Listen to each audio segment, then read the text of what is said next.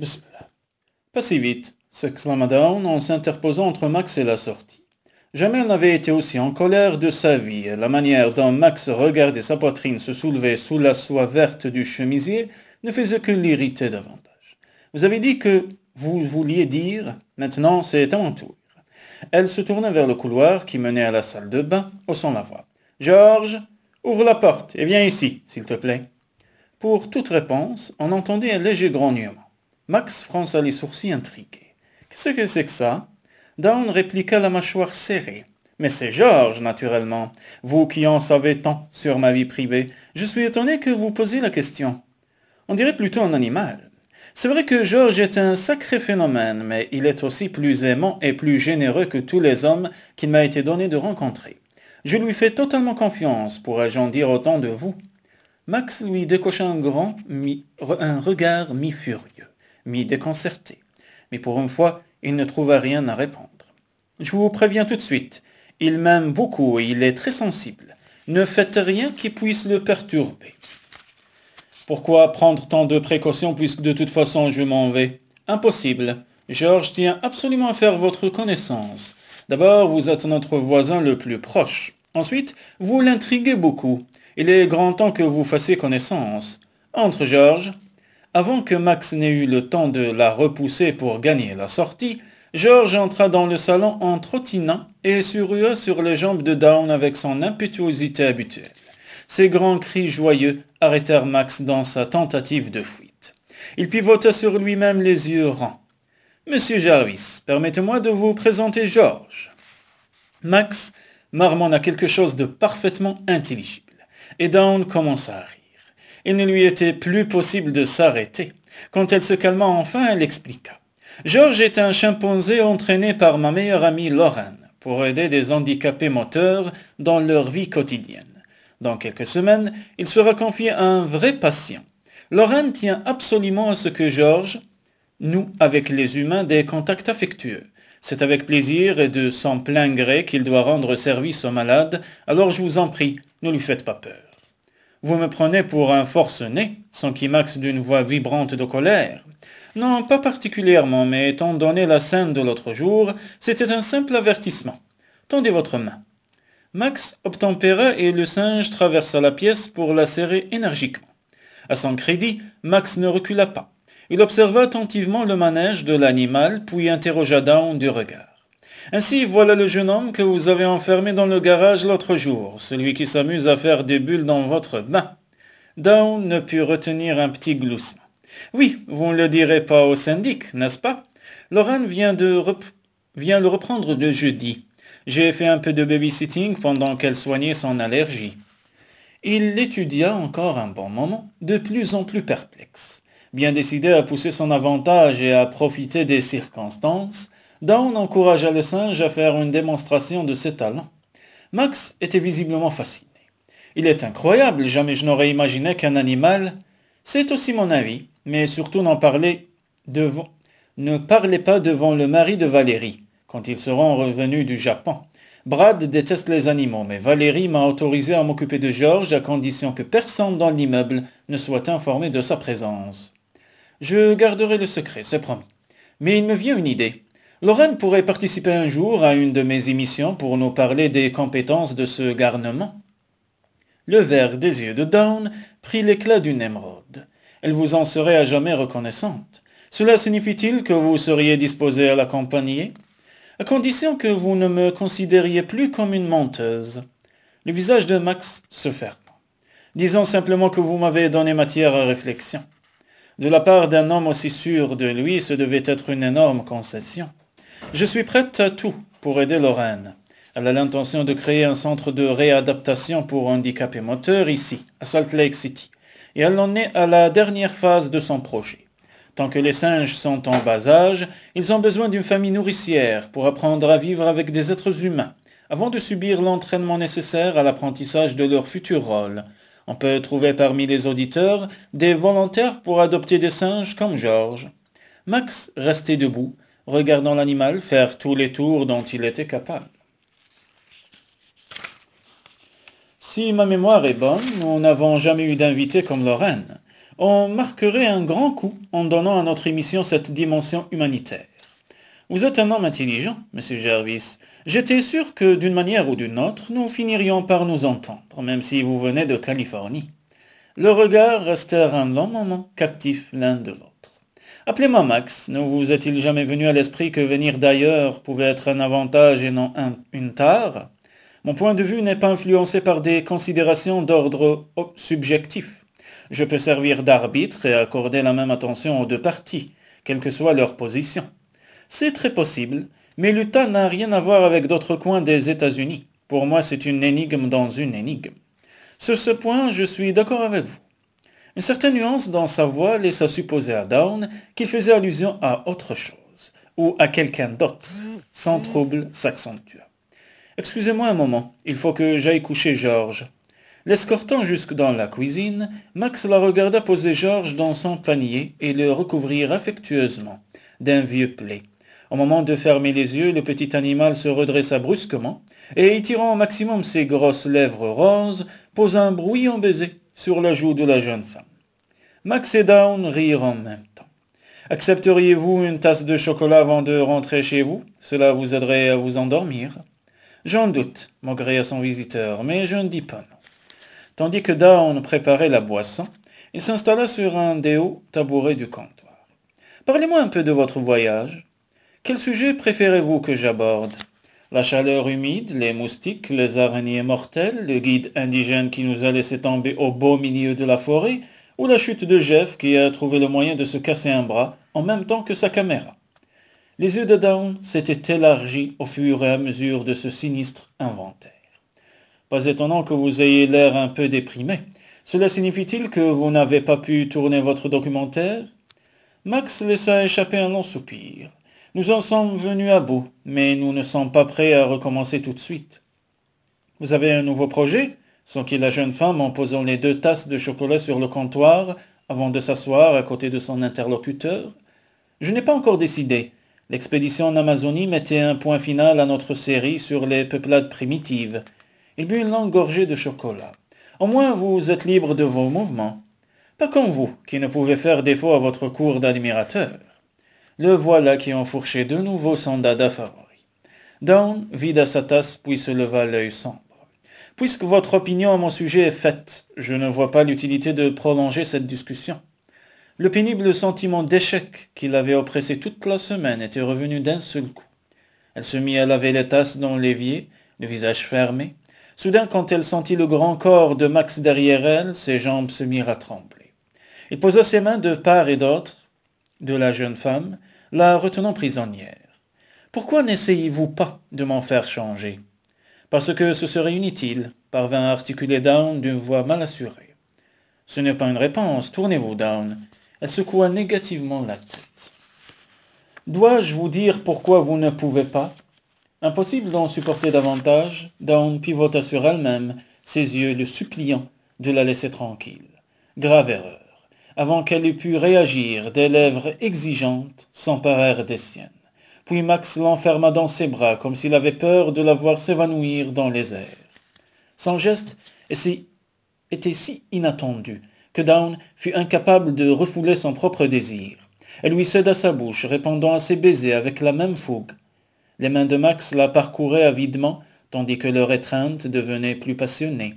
Down sentait le corps ferme de Max soumis contre le sien. Soudain, elle se rendit compte qu'ils approchaient dangereusement du point de non-retour. « Vous sentez bon le chocolat ?» murmura Max d'une voix rauque en la repoussant à regret. Down ne put s'empêcher de pousser un petit cri de protestation. « Vous sentez si bon qu'il faudrait plus d'une nuit pour vous savourer complètement. Pas étonnant que tant d'hommes tournent autour de vous. Je reconnais évidemment que je me suis trompé à propos de George, mais vous avez tous les autres. » La relâchant brusquement, il conclut d'une voix brève. « Je refuse de figurer à votre palmarès, aussi tentante que soit cette perspective. » Il la saisit par le menton et la força à le regarder. « Et croyez-moi, madame, je suis tenté. » Avant même que Down ait pu se ressaisir, il était déjà parti. Si seulement elle avait pu lui crier qu'il se trompait, rien ne pouvait être plus éloigné de la vérité que ce qu'il venait de dire. tous ses proches, désespérés de voir Dawn trouver enfin l'âme sœur après sa mésaventure avec Perry.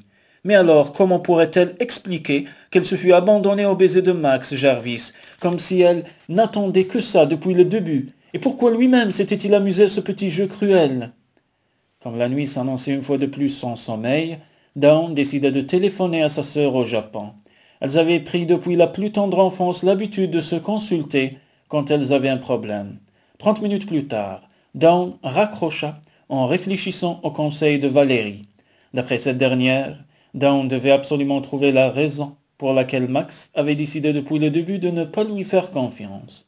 Il devait y avoir dans sa vie une explication à cette étrange attitude vis-à-vis d'une femme qui l'attirait. Si elle-même ne faisait pas cette démarche, elle risquait de gâcher une rencontre importante. Les jours suivants, Dawn réfléchit à plusieurs moyens d'entrer en contact avec Max, mais aucun ne semblait adéquat. Elle se plongea dans son travail pour essayer de penser à autre chose en vain. Le seul point fort de la semaine fut le moment où Lorraine revint chercher George. La joie du singe lorsqu'il retrouvait celle qui le dressait mais lui servait aussi de mère faisait plaisir à voir. Lorraine passa la majeure partie de la soirée à parler de ses projets concernant le centre de rééducation. Pour que celui-ci voie le jour, il lui fallait trouver des sponsors et une publicité gratuite. Pour démarrer, Lorraine avait obtenu une journée porte ouverte à l'université. Des notables et des hommes d'affaires de l'État seraient invités à découvrir le programme de recherche sur les singes grâce à du matériel envoyé de Floride, où se trouvait le laboratoire. Il pourrait aussi assister à des démonstrations directes avec George et plusieurs handicapés moteurs. Quand Lorraine invita son ami à participer, Dawn pensa aussitôt à Max et l'assura de sa présence. La soirée tirait à sa fin et il fallut bien faire ses adieux au brave petit animal. Ce fut beaucoup moins facile que Dawn ne l'imaginait. Elle vécut les affres d'une famille adoptive à laquelle on retire sa pupille. George avait été son compagnon de tous les instants pendant plusieurs semaines et soudain, elle ne savait plus quoi faire de sa solitude. Comme plus personne ne l'attendait chez elle le soir, elle ne rentrait que pour se laisser tomber dans son lit écrasée de fatigue. Mais elle avait beau se noyer dans le travail, le souvenir des baisers de Max restait toujours aussi brûlant. Enfin, le jour fixé pour la rencontre avec le prétendu Dr. Ryder se leva. Sur un coup de tête, Dawn avait fait l'acquisition, pour la circonstance, d'un ensemble de soie couleur abricot qui moulait gracieusement son corps. Féminine et sophistiquée, elle voulait mettre tous les atouts de son côté pour ses retrouvailles avec l'animateur de La Vie en rose. Elle pénétra dans le studio d'enregistrement, tremblant d'une impatience fiévreuse. Si tout se passait comme prévu, Max accepterait son invitation à dîner le soir même chez elle. Et elle s'était bien jurée d'user de toute sa patience pour obtenir de lui qu'il lui explique les raisons de son manque de confiance en elle. Ce fut Rob qui l'accueillit. Après lui avoir fait compliment de sa toilette, il la présenta au Dr. Ryder. L'ancien prédicateur, un homme grisonnant qui devait avoir dépassé la cinquantaine, lui décrocha un sourire rayonnant et s'empara de sa main d'un geste possessif.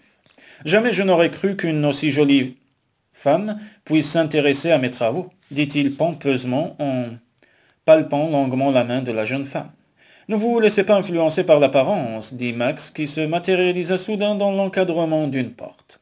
Lorraine est en fait un redoutable adversaire, quand vous allez vous en apercevoir bientôt. Le visage de Max était fermé, et il lança un regard appuyé sur la main de Dawn que le docteur Ryder malaxait toujours consciencieusement. Nul doute que cela le confirmait dans l'idée que Dawn possédait des talents rares pour attirer les hommes comme des mouches. La jeune femme eut la désagréable intuition que son dîner aux chandelles n'était pas pour ce soir. L'accueil glacial de Max la fit frissonner. Elle le préférait caustique, provocateur, tout, plutôt que cette politesse impersonnelle. « Si vous voulez bien me suivre dans la cabine d'enregistrement, nous allons bientôt commencer. » Quand Dawn sentit la main du docteur Ryder se poser sur sa hanche, elle fit un bond en avant pour lui échapper et heurta Max, qui les précédait. Il lui lança un regard étonné, puis leur montra leur siège. Le docteur Ryder prit place en face de son interlocutrice, avec un sourire gras sur son visage trop soigné. Dawn mit son casque, tout en quêtant un peu d'encouragement dans le regard de Max, mais les yeux bleus restaient parfaitement impassibles. Personne n'aurait pu imaginer que quelques jours plus tôt, ils étaient dans les bras l'un de l'autre, s'étreignant follement. Se penchant soudain vers Dawn, Le docteur Ryder lui tapota la main. Je ne vois pas d'alliance à votre doigt, Lorraine. Dois-je en conclure que vous n'êtes pas mariée? S'enquit-il d'une voix douce, presque surrupeuse. Évitant son regard, Down articula entre ses dents. On peut survivre sans cela. Et que faites-vous pour gagner votre vie? Je travaille. Ah, j'aurais besoin d'une bonne secrétaire. Seriez-vous intéressé? Vous perdez votre temps, Dr. Ryder. Lorraine est déjà très occupée et notre émission va commencer dans 5 secondes. Down ignorait si Max était vraiment intervenu pour la sauver des griffes du faux docteur ou s'il avait simplement saisi l'occasion de lui décocher une nouvelle flèche perfide. Quoi qu'il en soit, elle était heureuse de son intervention. Bonsoir, chers amis. Encore une belle journée d'automne qui s'achève et vous allez passer la soirée en compagnie de nos deux invités, le Dr. Ryder et la tant attendue Lorraine. C'est vous qui avez souhaité qu'ils soient réunis dans l'arène après l'intervention du Dr. Ryder à propos de son ouvrage Comment vivre le mariage à l'aube du XXIe siècle. Lorraine, qui est à ma droite, ne pense pas que la vie commune avant le mariage soit le meilleur moyen de remédier au nombre croissant de divorces. C'est bien ça, Lorraine. Cette fois, il n'y avait rien d'hostile dans sa manière de s'adresser à la jeune femme. Il la regardait franchement, une expression amène sur le visage. Down eut l'impression de respirer plus facilement. Je n'aurais su mieux dire, M. Jarvis. La théorie du Dr. Ryder encourage un type de société où chacun fait ce qu'il veut au moment où il en a envie, sans se soucier d'autrui. Avec de tels principes, plus personne ne serait capable de donner, de sacrifier, de s'engager. Effectivement, sa méthode permet la satisfaction immédiate de besoins relativement primitifs et une solution tout aussi immédiate. Quand les choses se gâtent, alors chacun raye l'autre de sa carte du tendre. S'il y parvient, évidemment personne ne se préoccupe du sort de l'enfant qui peut naître de ce genre d'union provisoire et dont le monde vole en éclats quand le couple se sépare. Monsieur Jarvis, si je peux me permettre, interrompit le docteur Ryder, je crains que votre charmante invitée n'ait mal compris les principes de mon livre.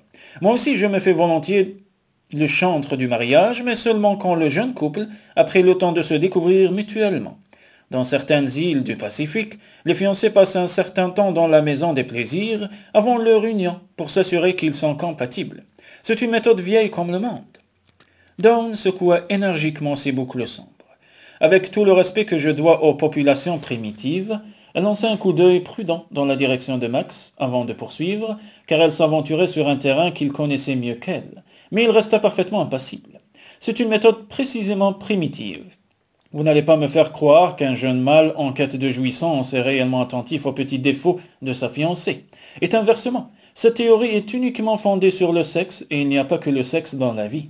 Ces jeunes hommes n'ont jamais connu la responsabilité d'élever une famille ou de s'occuper de leurs vieux parents.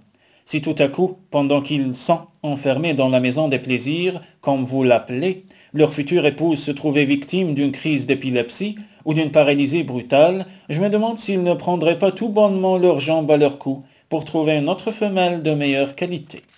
Dawn était si emportée par le feu de son argumentation qu'elle avait presque oublié l'endroit où elle se trouvait. Quand elle se tourna vers Max, elle put voir qu'il avait pivoté sur son tabouret, leur tournant le dos. De curieux soubresauts agitaient ses épaules, révélant une hilarité difficile à réprimer. Mon assistant me signale que le standard est sur le point d'exploser. Il est quand même temps de prendre quelques appels, Donna. C'est à vous. Nous vous écoutons. Bravo, Lorraine, vous avez bien argumenté. Ce que vous avez dit est parfaitement exact. Vous savez quel est le problème avec les nouvelles générations? C'est que le monde entier est devenu une espèce de maison des plaisirs. Vous en moins, vous vous servez de votre cervelle, mon chou, et de votre cœur encore bravo, et continuez comme ça. On vous aime. Merci pour votre approbation, Donna. Écoutons notre auditeur suivant. Bonsoir, Ron, c'est à vous. Mais je pense qu'il est grand temps que quelqu'un emmène Lorraine dans la maison des plaisirs. Visiblement, elle ne sait pas de quoi elle parle. Max lança à Dawn un regard énigmatique. Est-ce vrai, Lorraine? Je ne suis pas un dragon de vertu, si c'est ça qui vous inquiète. Et si c'est le problème de la réussite sexuelle du couple qui vous obsède, pourquoi ne pas faire un essai avant? En effet, le problème n'est pas là, et le docteur Ryder le sait parfaitement. Mais moi, je crois encore que le mariage, comme le bon vin, se bonifie en vieillissant. Ses yeux rencontrèrent ceux de Max, qui la dévisageait intensément. Il y a encore des gens qui envisagent de passer leur vie avec la femme ou l'homme qu'ils ont choisi, et c'est un contrat qui inclut la vieillesse, les problèmes en tout genre, les infractus et tout le reste. Le bonheur vient en prime. Max continuait à la dévorer des yeux. Ressaisissant enfin, il annonça un autre appel. Bonsoir, je m'appelle Mark et je suis complètement d'accord avec Lorraine. Le gouvernement cherche justement des idées nouvelles pour sa nouvelle plateforme électorale. J'ai bien l'intention de lui envoyer quelques éléments de cette discussion. Encore bravo Lorraine et surtout continuez. D'autres appels se succédèrent qui allaient tous dans le même sens. Soudain un rire sarcastique fusa dans la petite pièce. Les yeux brillants, le docteur Ryder s'agitait sur sa chaise. Ma parole, c'est un véritable plébiscite, lança-t-il entre ses lèvres étirées par un sourire mauvais. C'est ça, mes enfants. Revenons au bon vieux temps. Je vous vois venir d'ici. Haro sur la libération des mœurs et sur l'union libre. Je suis dessus, monsieur Jarvis. Je croyais votre émission plus moderne. Si le monde est devenu une vaste maison des plaisirs, n'est-ce pas plutôt un progrès? Oui, les hommes doivent se libérer des contraintes imposées par le mariage. Si leurs épouses veulent les garder, qu'elles se montrent sous leurs meilleurs jours, douces, conciliantes, soumises. Au diable les harpies, qui se prétendent nos égales. La voix de Down trancha l'air épais du studio comme une lame. Vous voilà percé à jour, monsieur le soi-disant docteur en psychologie. Je savais bien que votre prétendue science n'était qu'un savoir de pacotille. Il faut que tous ceux qui nous écoutent le sachent. Vous n'avez pas passé plus de 6 mois sur les bancs de l'université. Vous n'êtes pas plus docteur en quoi que ce soit que je ne suis président de la République. Et je comprends mieux maintenant qu'avec de telles théories, vous ayez été chassé de votre propre église. Vous n'êtes qu'un dangereux charlatan. Que tous ceux qui nous écoutent se le tiennent pour dit. Quant à moi, je ne perdrai pas une minute de plus en votre compagnie. Se levant d'un banc, Down passa devant ses deux interlocuteurs comme un boulet de canon et quitta le studio presque en courant. Une fois assise dans sa petite voiture, elle laissa échapper un immense soupir de soulagement. Ouf, c'était fait. Elle avait réglé son compte au Dr. Ryder et sa conscience était soulagée d'un grand poids. Quant à Max, si après cette tirade il n'avait pas compris qu'elle était une femme normalement équilibrée, avec des principes moraux, alors cela signifiait qu'elle n'avait pas non plus de temps à perdre avec lui. Plongée dans ses pensées, la jeune femme ne s'était pas aperçue qu'une Saab bleu nuit l'avait suivie jusque chez elle. Max jaillit de son véhicule au moment même où elle se garait sur son emplacement de parking. « Pourquoi êtes-vous parti comme ça? Il n'y a pas le feu !» Max avait le souffle court et les yeux brillants. Les arguments de Down auraient-ils fini par le toucher? « Je ne voulais pas avoir à parler au Dr. Ryder après l'émission. Ce type-là me dégoûte. »« Et lui qui comptait vous inviter à dîner ?»« Il perd son temps, comme les autres. » Max resta un moment silencieux, semblant méditer cette dernière sortie. Puis il ajouta d'un ton enthousiaste et moqueur à la fois. « Heureusement que mon émission n'est qu'un simple divertissement. Sinon, d'après les votes de nos auditeurs, vous finissez président des États-Unis. Merci, mais j'ai déjà un bon métier. Je suis simplement contente d'avoir pu dire ce que je pensais. Vous avez réglé son compte, Dr. Ryder, en vrai professionnel. Je ne serais pas surpris que le patron de la radio vous propose un contrat. J'ai mieux à faire, comme de vous occuper de votre ami grec, par exemple. » Dawn aurait pu s'attendre à ce genre de commentaire perfide. « Pourquoi me le demander puisque vous connaissez déjà toutes les réponses ?» lança-t-elle en se dirigeant à grandes enjambées vers la porte de son appartement. « C'est bien pour ça que vous êtes si apprécié à Radio Talk, non ?» Sur ces mots, elle ouvrit sa porte et se faufila prestement dans l'entrebâillement. Elle allait refermer le battant avec violence quand les épaules massives de son poursuivant s'interposèrent. Leurs visages n'étaient plus maintenant qu'à quelques centimètres l'un de l'autre. Les yeux de Max luisaient dans la pénombre comme deux joyaux. Pendant quelques interminables secondes, ils restèrent ainsi, mêlant leur souffle haletant. Vous considérez peut-être Greg comme un vieux copain, mais lui vous voit sous un jour tout à fait différent. Un bon conseil, fouillez-le pendant quelque temps. Sur ces mots, Max l'embrassa brutalement sur la bouche. Puis il tourna les talons et Down le regarda s'éloigner en état de choc. Même s'il se trompait sur Greg pour la première fois, Max Jarvis admettait qu'elle pouvait dire la vérité. C'était un début. La jeune femme resta un long moment immobile au beau milieu de la cuisine, cherchant en elle le courage de rejoindre Max et de l'inviter pour la soirée. Mais un refus de sa part lui aurait fait trop de mal et elle préféra renoncer. Dawn passa les 4 jours suivants à chercher une solution pour reprendre contact avec lui. Finalement, elle se résolut à l'appeler de nouveau sur l'antenne. C'était un peu ridicule puisqu'ils habitaient à 5 mètres l'un de l'autre, mais là, en face de ses auditeurs, Max Jarvis n'oserait pas raccrocher.